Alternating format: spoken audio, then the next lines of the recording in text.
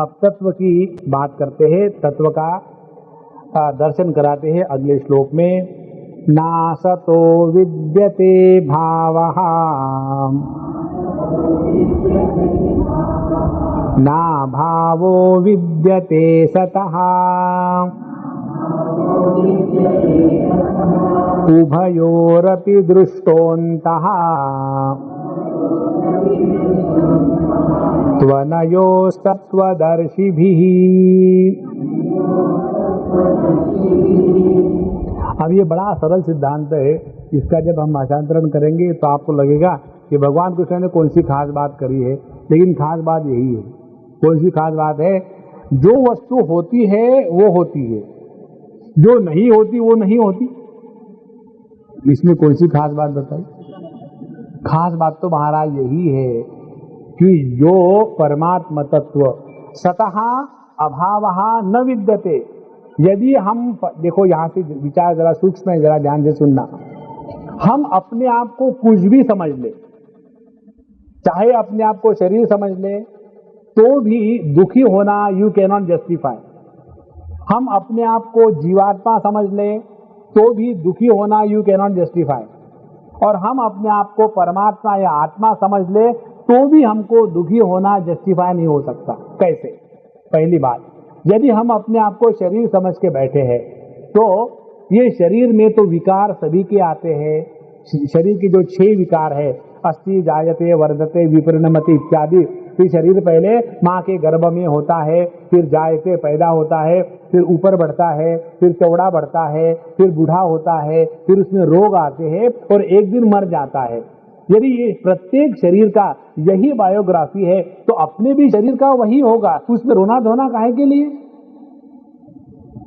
ऐसे थोड़ी है, नहीं लोगों के शरीर के तो विकार हो सकते हैं लेकिन मेरे शरीर को विकार नहीं होंगे। ये एकदम गलत बात है। पहली बात, यदि हमने अपने आप को जीव समझ के रखा है तो यदि हम जीव है तो इस शरीर में सुख दुख भोगने के लिए हम आए हैं, तो अपने अभाव से नहीं आए हैं। तो पिछले जन्म में हमने कुछ ऐसे कर्म किए जिसके कारण हमको बम्बई में जन्म मिला।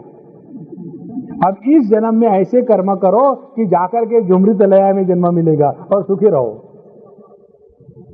तो इसीलिए यदि हम अपने आप को जीव समझते हैं तो इस शरीर की उत्पत्ति के पूर्व हम थे, शरीर में हम है, और इस शरीर के द्वारा जो हमने अच्छे बुरे कर्म किए हैं उसको भुगतने के लिए अगला जन्म हमको लेना पड़ेगा, और इसीलिए हमारा कभी अभाव हो ही नहीं सकता।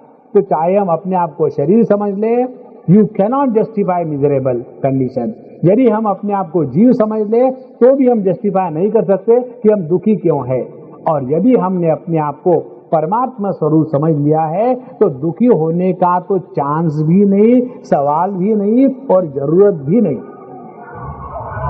इस प्रकार से भगवान बताते हैं यहाँ कि असतः भावः न विद्यते। जो वस्तु नहीं है वो कभी नहीं होती। तो जैसे अपना शरीर, एक समय ऐसा था कि जब ये शरीर नहीं था, तो एक समय ऐसा आएगा कि जब ये शरीर नहीं होगा। इसीलिए अर्जुन जो दुखी हो रहा था वो द्रोणाचार्य, भीष्माचार्य इत्यादि सभी के शरीरों को लेकर के दुखी हो रहा था वो। और जिन्होंने अपने जीवन में शरीर के रिश्ते रखे हैं वो निश्चित रूप से दुखी होते हैं। देखो, साधु संत जब अपने शरीर का त्याग करते हैं तब उसको निर्वाणोत्सव कहते हैं। निर्वाणोत्सव का तात्पर्य क्या हुआ कि साधु संतों ने कभी भी अपने आप को शरीर के रूप में स्वीकार नहीं किया था। उन्होंने तो अपनी निष्ठा अपने ब्रह्म स्वरूप में ही रखी थी। इसीलिए उन पर मानो शरीर का बोझा था। और यदि उस गुरु महाराज ने अपने शरीर का बोझा उतार दिया तो जैसे कोई व्यक्ति अपने शरीर का बोझा या सर पर का बोझा उतार देता है तो उसको हम अच्छे समझते, बुरे नहीं समझते। उसी प्रकार से साधु संत जब अपने शरीर का त्याग करते हैं तो लोग दुखी नहीं होते, निर्वाणोत्सव मनाते हैं। इसका एक उदाहरण ये समझ ले कि यदि कोई व्यक्ति एक समझो सिटीजन है और उसने अनेक प्रकार के कार्य किए, उसके कारण वो प्राइम मिनिस्टर बना। तो प्राइम मिनिस्टर यदि बना तो अपने आंध्र प्रदेश से निकल करके उत्तर प्रदेश में चला गया, दिल्ली में चला गया। तो आंध्र प्रदेश से निकल करके जब वो दिल्ली में चला गया तो आंध्र प्रदेश के लोगों ने क्या महात्म मनाना चाहिए? वो तो मनाएंगे दिल्ली वाले।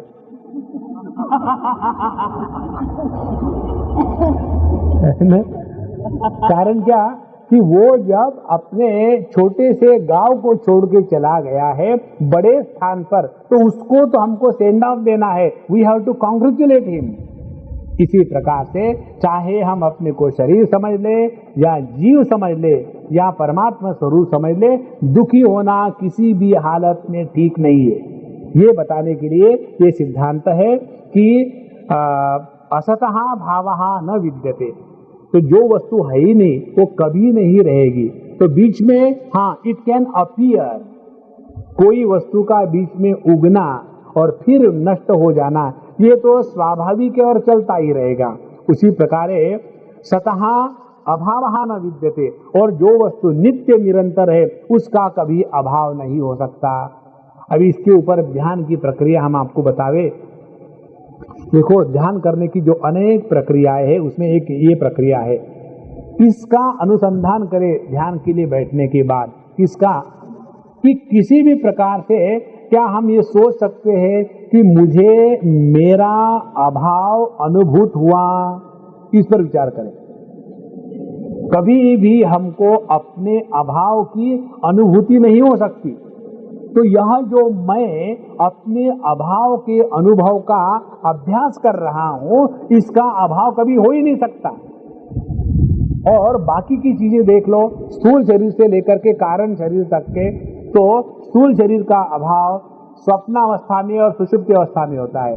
सुषुप्ति अवस्था में होता है स्थूल और सूक्ष्म शरीर, इन दोनों का अभाव, और जागृत अवस्था में सुषुप्ति अवस्था और स्वप्नावस्था इनका अभाव होता है। लेकिन तीनों अवस्था में एक तत्व ऐसा है कि जो सब में होते हुए भी कभी भी किसी के द्वारा प्रभावित नहीं होता। माने स्वप्नावस्था में होते हुए भी जो स्वप्न का शिकार नहीं बनता, जागृत अवस्था में होते हुए भी जो जगता नहीं, और स्वप्नावस्था और सुषुप्ति अवस्था में होते हुए भी जो सोता नहीं, वह नित्य उपलब्ध वस्तु मैं हूं। ये जो अभ्यास की प्रक्रिया है इसको कहते हैं ध्यानाभ्यास। इसका जितना हम अभ्यास करेंगे, नित्य निरंतर चिंतन करेंगे, उतना ये जो श्लोक है उसका अर्थ अपने हृदय में उतर आएगा। तो कहते हैं ना सतो विद्यते भावः असतः भावः न विद्यते। जो वस्तु नहीं है वो हमेशा नहीं रहेगी, और जो वस्तु है उसका कभी नाश नहीं होगा। इसे यह जो अंत है, अंत माने सिद्धांत, यह सिद्धांत जिन्होंने तत्व का दर्शन कर लिया है, कहते हैं तत्वदर्शी भी ही, जिन्होंने तत्व का दर्शन कर लिया है उन्होंने इस सिद्धांत को प्रतिपादित कर दिया है। इसीलिए हमको यदि तत्व का दर्शन करना है तो इस प्रकार की जीवन धारा को या विचारधारा को चलाते रहे। और यदि हमारी जीवन धारा विचारधारा इस प्रकार से चलेगी तो अपने जीवन में जो सुख दुख आते हैं ना, उसको हम यूं ही टेक ओवर करके चले जाएंगे। उसमें कोई भी दुखी होने की बात नहीं है। अब भगवान तत्व की बात बताते हैं 16वें श्लोक में, ना सतो विद्यते भावः ना भावो विद्यते सतः उभयोरपि दृष्टोन्तः त्वनयोस्तत्वदर्शिभिः। तत्वदर्शी जो है उन्होंने इन दो सिद्धांतों का ये निचोड़ निकाला है। कौन से दो सिद्धांतों का निचोड़ निकाला है? एक सिद्धांत न असतः भावः विद्यते, जो नहीं है वो नहीं है, और जो है वो है। क्या फिलॉसफी है जी आपकी, बड़ी भयानक, कितनी सरल फिलॉसफी। देखो, जो है वो है, जो नहीं है वो नहीं है। अब क्या है? हम हमेशा है, सुख दुख हमेशा नहीं। हम अपने अभाव को अनुभूत नहीं कर सकते, और हम हमेशा कंटिन्यूअसली नॉन स्टॉप दुखी नहीं रह सकते। ट्राई करके देखो, कितना भी हम प्रयत्न करें कि हम नित्य निरंतर दुखी रहेंगे, फिर भी हम 24 घंटे में 24 घंटे दुखी नहीं रह सकते, लेकिन 24 घंटे में 24 घंटे मस्त आनंद में रह सकते हैं। और ये हमको सभी साधु संतों के जीवन में एकदम डेमोन्स्ट्रेटेड मिलता है। कितना भी भयानक गृहस्थ हो, फिर भी वो कंटिन्यूअसली दुखी नहीं रह सकता। जब लड़की की शादी होगी तो चलो एक तो बोझा उतर गया, 2 क्षण के लिए क्यों ना हो, सुखी हो ही जाएगा वो।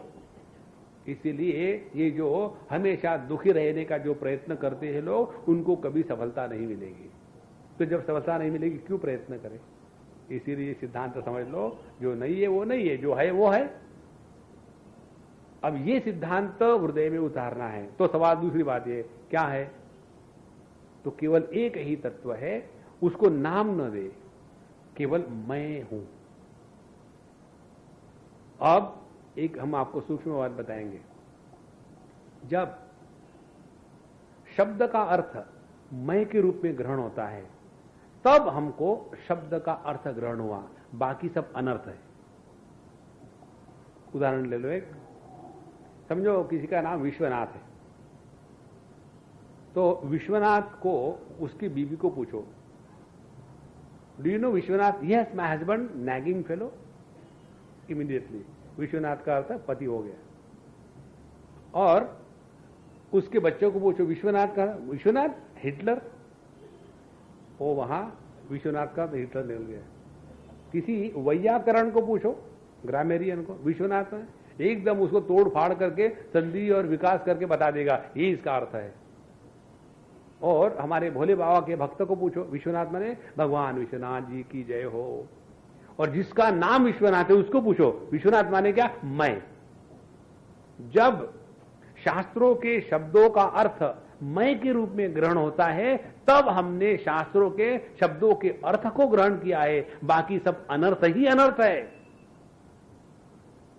कि ना सतो विद्यते भावः ना भावो विद्यते सतः, इसका अर्थ हम ऐसा करेंगे कि सद वस्तु वो है कि जिसका कभी अभाव होता नहीं, और असद वस्तु वो है कि जिसका हमेशा अभाव होता है। तो सद असद का झगड़ा अपन को क्या लेना है? अपन तो यहां पकोड़े खाएंगे। नहीं, तत्व का चिंतन करते समय प्रत्येक तत्व की बात जब मैं के रूप में उतरती है, तब जाकर के तत्व का चिंतन हो रहा है, नहीं तो केवल एरुडिशन और स्कॉलरशिप चलती है। फिर वहां वाद विवाद होगा, शास्त्रार्थ होगा, और ये ठीक है कि वो ठीक है। अपन को इस चक्कर में पड़ना नहीं बाबा। बंबई के लोग है, इसी साल रियलाइज करना है। ये जनवरी का महीना है ना, तो हम लोग इस साल में जैसे हमको आज्ञा हुई यहाँ के संतों की, 9वें अध्याय तक विचार करने का सोच रहे हैं। तो ये साल खत्म होते होते 9 अध्याय पूरे हो जाएंगे। तो अगले साल में इसमें से एक भी अनरियलाइज नहीं रहना चाहिए, सभी के सभी रियलाइज। तो सब बढ़िया के बढ़िया हो गए, आएंगे, सबको पंख फूटे हैं और सिंग फूटे हैं, और जहां से देखो रियलाइजेशन का ही पसीना चल रहा है। ना सतो विद्यते भावः ना भावो विद्यते सतः। सद वस्तु को जब सत के रूप में कहेंगे तो उसको हम अपने से अलग रखेंगे। उसी सद वस्तु को जब मैं के रूप में कहेंगे तब उस सद वस्तु को ठीक पहचानेंगे। कल भी हमने आपको बात बताई थी, जो भी हम भगवान का भी नाम लेते उसमें भी ये देखो कितना फर्क आता है। जब हम कहते हैं ओम नमः शिवाय, ओम नमः शिवाय, ओम नमः शिवाय, और फिर दूसरा जब शुरू करो को हम, मैं कौन हूं, संस्कृत में जब करने की कोई आवश्यकता नहीं, हम आपको बता दें। को हम सोहम सोहम, वहां तबला बजने लगेगा। मैं कौन हूं, इस अर्थ को हमको पहचानना है। चाहे आप हिंदी में कहो, मराठी में कहो, गुजराती में कहो, या तमिल में कहो, नान्या, कोई बात नहीं, लेकिन हमको ये समझना है कि हम किसका अनुसंधान कर रहे हैं। इसीलिए मैं का जब अनुसंधान करने लग जाते हैं तो अपने आप हम सूक्ष्म हो जाते हैं। क्यों सूक्ष्म होते हैं? क्योंकि मैं वृत्ति का विषय नहीं बनता।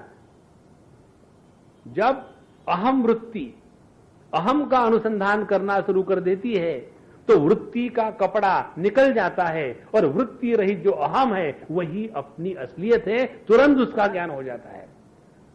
इसीलिए यहां जो बताते हैं भगवान, ना सतो विद्यते भावः ना भावो विद्यते सतः। हमको शास्त्रार्थ करना नहीं है, हमको देखना है इस तत्व का हम किस प्रकार से चिंतन करके अपने अनुभूति में ले आवे। ना सतो विद्यते भावः ना भावो विद्यते सतः। तो जो नहीं है वो नहीं है, उसके लिए क्या रोना धोना है। जब हम आए थे तो कौन सा ये देह था, कौन सा ये देह हमने बनाया है। जैसे अपने वो टेनेंसी एक्ट है ना महाराष्ट्र में, एक बार वो भाड़े करू घुस गया तो भगवान भी उसको नहीं निकाल सकता। उसी प्रकार से ये जो अपना देह है ना, अपने माँ बापों ने बनाया है। और जब ये बनाया था देह, और वहां एक बोर्ड लटका हुआ था, टू लेट। जो टू लेट माने किराए पर देना है, तो टू लेट के बीच में थोड़ा जगह होती है। तो इसमें ये छोटा आय जो है ना, जीव का आय घूम रहा था, कहीं जगह मिलती क्या, जगह मिलती क्या। टू लेट के बीच में आय घुस गया और बन गया टॉयलेट। इसी को कहते हैं नरक। और एक बार इस देह में घुसने के बाद फिर हम देह है, देह मेरा है, इसी के चक्कर में पूरा जीवन बर्बाद करते। बाबा इस छोटी सी चीज को पकड़ लो आज। देह ना तो हमने बनाया है, ना तो ये हमारा है, ना तो ये हमारी मानता है। तो टैक्सी के जैसा है, उतर करके बिल चुका करके निकल जाओ। और टैक्सी का स्ट्राइक हो तो और बढ़िया बात है। एकदम देह पंचर अपने स्थान पर रहे। अच्छा महाराज।